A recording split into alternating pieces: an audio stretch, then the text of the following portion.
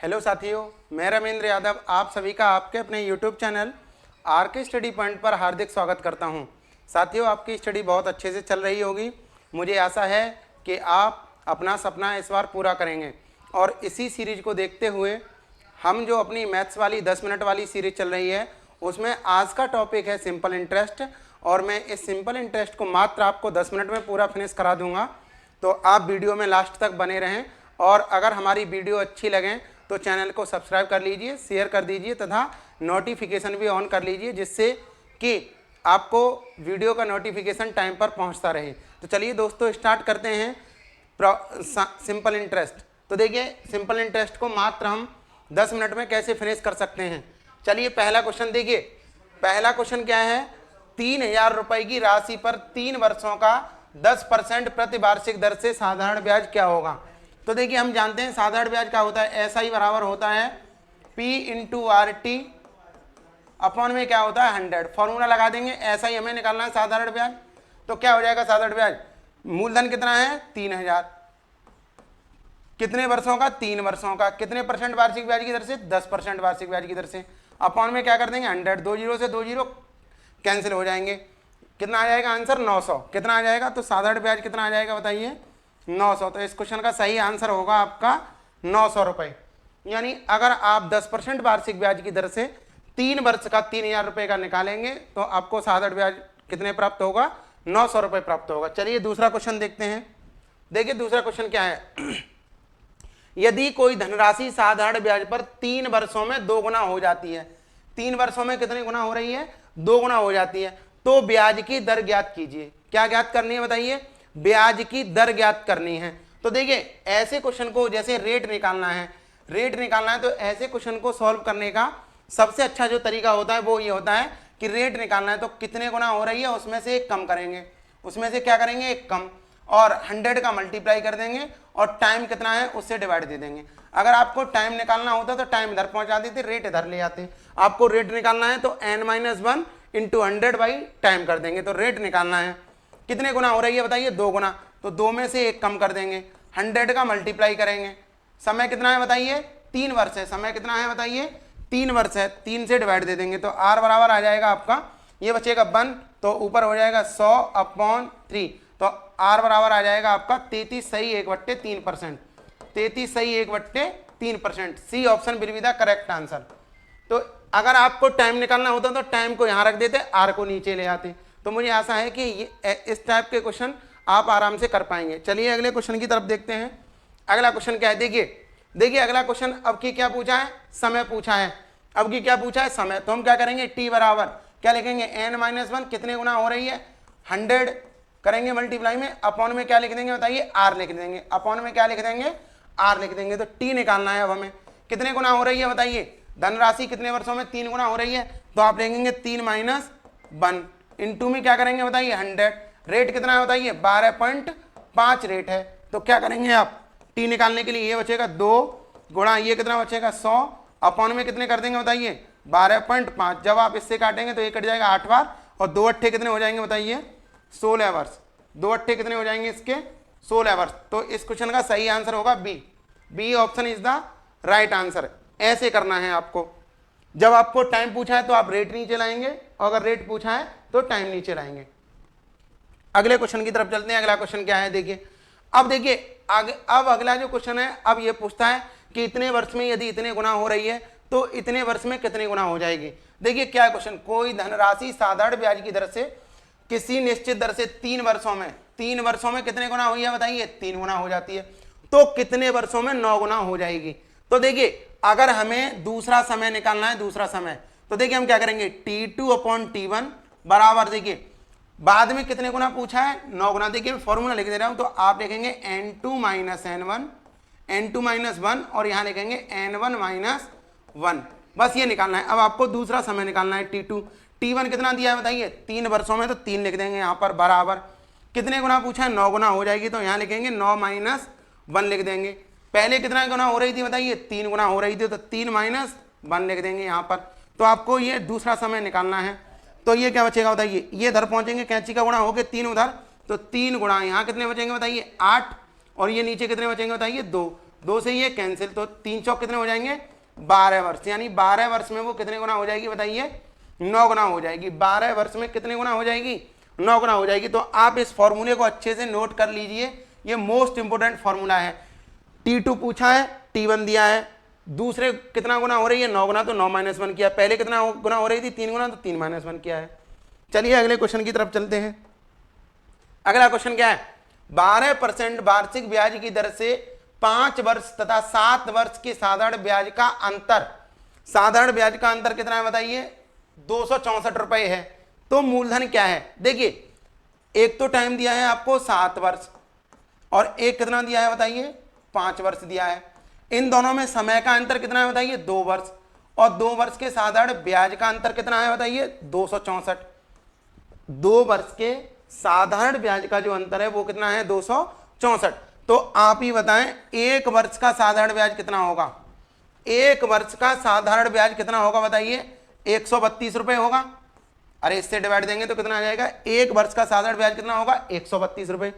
तो आप ही बताएं मुझे 1 वर्ष का यदि साधारण ब्याज कितना है आपका 132 रुपए है।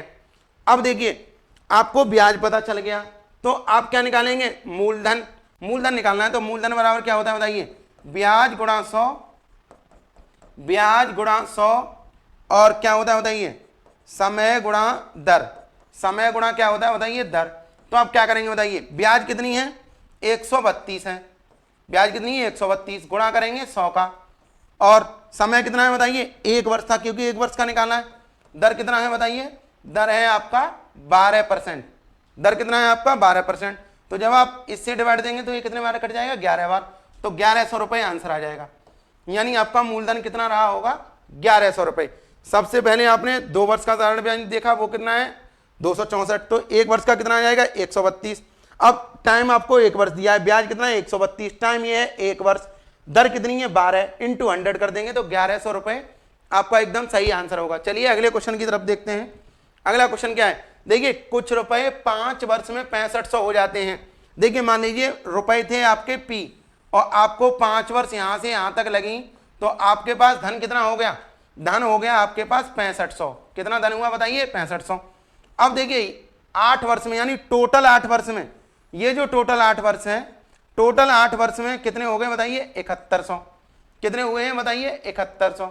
तो आप एक बात बताएं, यहां तक 5 वर्ष थे तो यहां तक 3 वर्ष होंगी, 3 वर्ष होंगी, अरे 3 वर्ष ही तो होंगी। तो आप बताइए 3 वर्ष में कितने रुपए ब्याज के मिले होंगे, 3 वर्ष में कितने रुपए ब्याज के मिले हैं बताइए 600। यहां से यहां तक का अंतर कितना है 600, तो ये 600 रुपए 3 वर्ष में मिले, यानी 3 वर्ष में आपको जो रुपए मिले हैं ब्याज के वो मिले हैं 600। तो 1 वर्ष में कितने मिले होंगे बताइए 200, 1 वर्ष में कितने मिले होंगे 200। अब देखिए 5 वर्ष में कितने मिले होंगे 1000, 5 वर्ष में कितने मिले होंगे बताइए 1000 रुपए, यानी 5 वर्ष में 1000 रुपए ये हुए, और तब ये कितने बैठ रहे हैं 6500। तो 6500 में से अगर मैं 1000 घटा दूं, 6500 में से अगर मैं 1000 घटा दूं तो 5000 रुपए क्या बचे, ये बताइए 5500 रुपए क्या हो जाएंगे आपके मूलधन हो जाएगा। मूलधन कितना हो जाएगा 5500 रुपए। सबसे पहले आप क्या करेंगे समय का अंतर निकालेंगे, फिर धन का अंतर निकालेंगे। देखिए सबसे पहले आप समय का अंतर निकालेंगे, वो कितना होगा बताइए 3 वर्ष। धन का अंतर कितना होगा 600, 3 वर्ष का कितना है 600, 1 वर्ष का कितना आ जाएगा 200। तो अगर मैं 5 वर्ष का देखूं तो 1000 रुपए होगा, इसका मतलब क्या है 1000 रुपए इसको 5 वर्ष के ब्याज के मिले हैं, तब कितने हुए हैं 6500। तो मूलधन कितना रहा होगा बताइए 5500। तो इस क्वेश्चन का सही आंसर होगा 5500, ए ऑप्शन एकदम सही आंसर है। चलिए अगले क्वेश्चन की तरफ देखते हैं। अगला क्वेश्चन क्या है, सेम टू सेम अगला क्वेश्चन भी इसी तरीके से है। देखिए कोई धन साधारण ब्याज की किसी निश्चित दर से 2 वर्षों में 756 हो जा रहा है, जबकि 3.5 वर्षों में कितना हो जा रहा है 873 हो जा रहा है।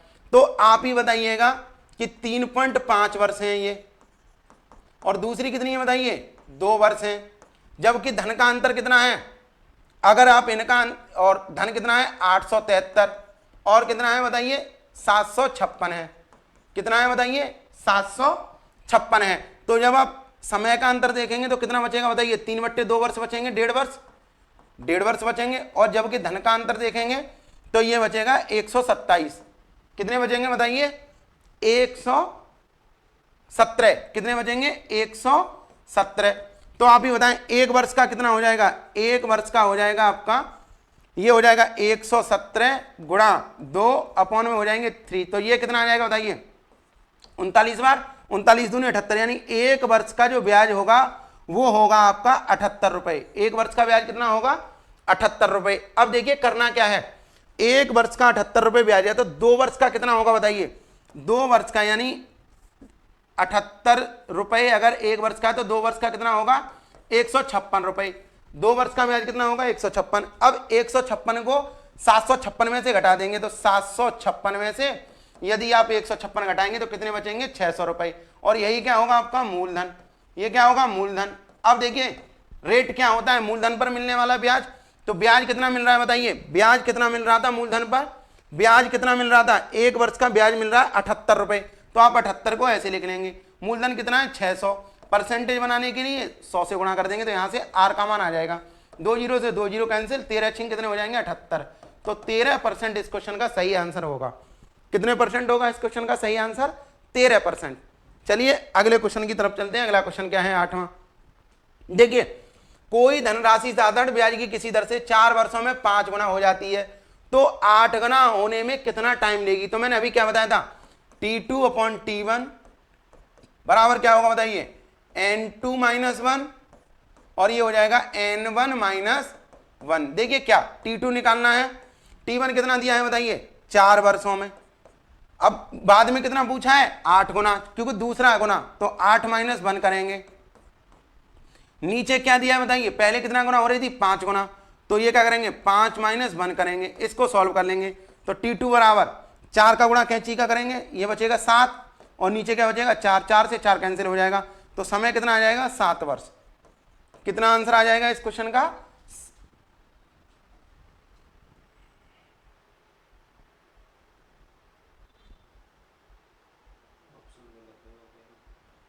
7 वर्ष इस क्वेश्चन का सही आंसर होगा। कितना होगा 7 वर्ष इस क्वेश्चन का सही आंसर होगा।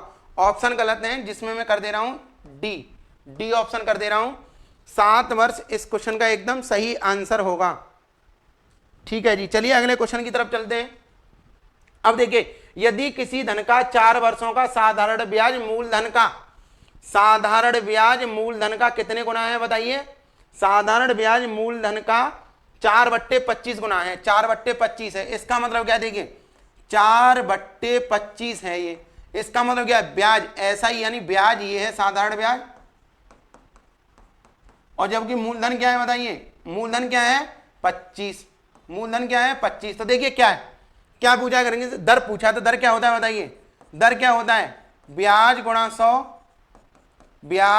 100 अपॉन क्या होता है बताइए मूलधन, और इनटू में क्या होता है समय, इनटू में क्या होता है बताइए समय होता है, यही तो होता है। अब देखिए अगर हमें समय, अब हमें क्या निकालना है दर निकालना है, तो दर देखिए दर निकालना है बताइए ब्याज बट्टे मूलधन ऊपर कितना दे रखा है 4/25, अरे ब्याज बट्टे मूलधन क्या दे रखा है 4/25, तो ये लिख देंगे 4/25 इनटू में बताइए 100 तो करना ही करना है। समय कितना है, समय कितना है आपका 4 वर्ष, 4 से 4 कैंसिल हो जाएंगे, 25 चौके कितने हो जाएंगे 100, तो दर कितनी आ जाएगी बताइए, दर आ जाएगी आपकी 4%। कितना आ जाएगा दर आपका 4%, एकदम सही आंसर होगा बी ऑप्शन। बी ऑप्शन इस क्वेश्चन का सही आंसर होगा। बस क्या करना है आपको, ये रेशियो दे रखा है वो लगा देना है और कर देंगे आप आगे चल के।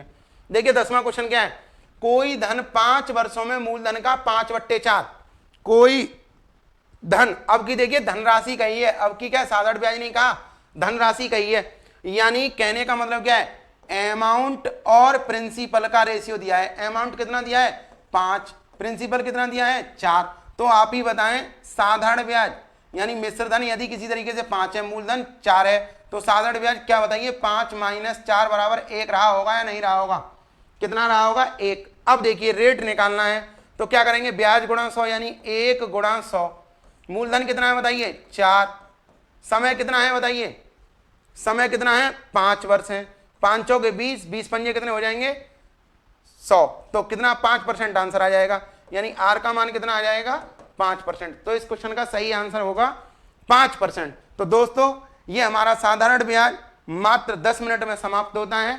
मिलते हैं अगले वीडियो में, जब के लिए जय हिंद टू ऑल ऑफ यू।